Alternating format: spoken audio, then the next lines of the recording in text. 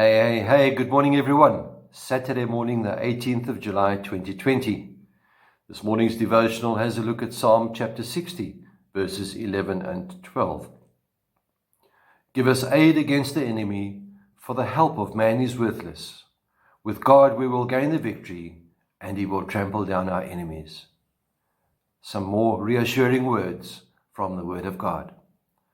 This week we have been having a look at those stones that David picked up from the stream as he crossed over to do battle with the Philistine giant Goliath.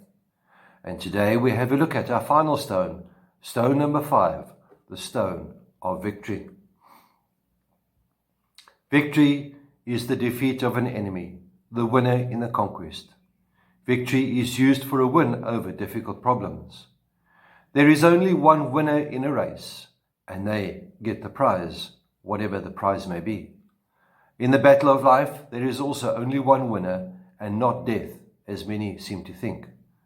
The winner in life is Jesus, because of his victory over the devil, and in Jesus we are able to have the victory. But a word of caution here: the glory still remains God's, and we should be in no way tempted to try and claim any part of it for ourselves, as what is normally seen, people bragging about how they defeated or overcame a problem in their own strength. Victory in life is assured for the believer because we know that God is with us each and every step of the way. But I also hasten to add, we need to walk with God on a daily basis, trusting in Him at all times. He does not remove the problems or just cause them to go away.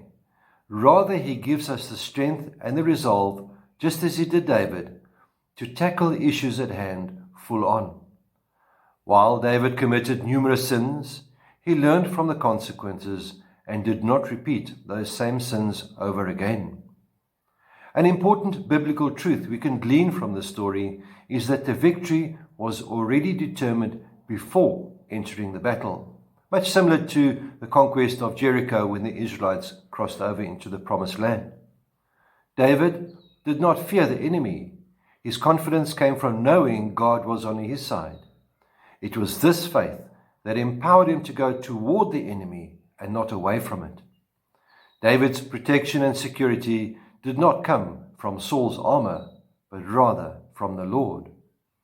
David's determination to fight this match was not for personal gain, but rather to shame the one who defied God's army, and for the Lord's name to be lifted high and honored throughout the land.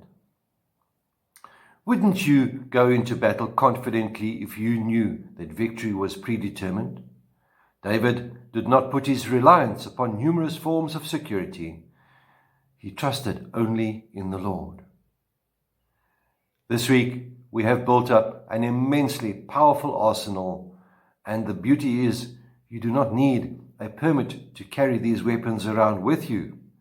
They are as far or as close as you want them to be. So remember these 5 stones that David picked up from the stream as he moved toward his giant. Stone 1, the stone of courage. Stone 2, the stone of confidence. Stone 3, stone of preparedness.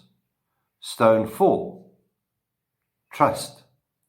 And the final stone, the stone of victory.